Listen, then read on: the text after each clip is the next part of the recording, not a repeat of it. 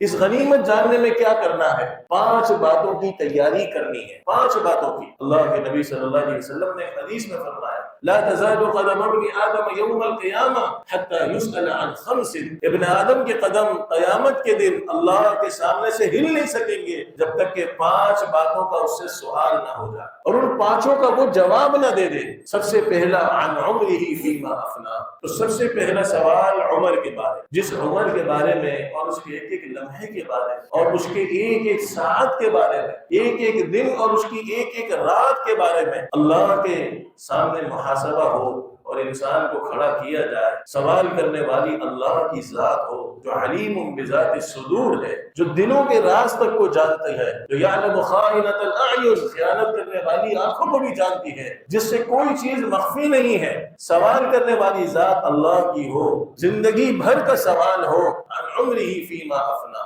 دوسرا سوال ہو جوانی کے بارے میں، عن شبابہ فیما ابلا، جوانی کی طاقت کس مشغلے میں خرچ کی، اللہ کی نافرمانی میں، فرما برداری میں۔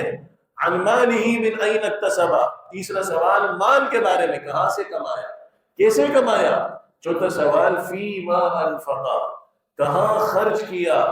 پانچواں سوال ماذا عمل بما علم، اپنے علم پر کیا عمل کیا، اپنے علم کو معمولات کی حد تک بنایا یا صرف معلومات کی حد تک رکھا، علم میں اضافہ ہو جائے، عمل ہو کہ نہ ہو زندگی کے اندر۔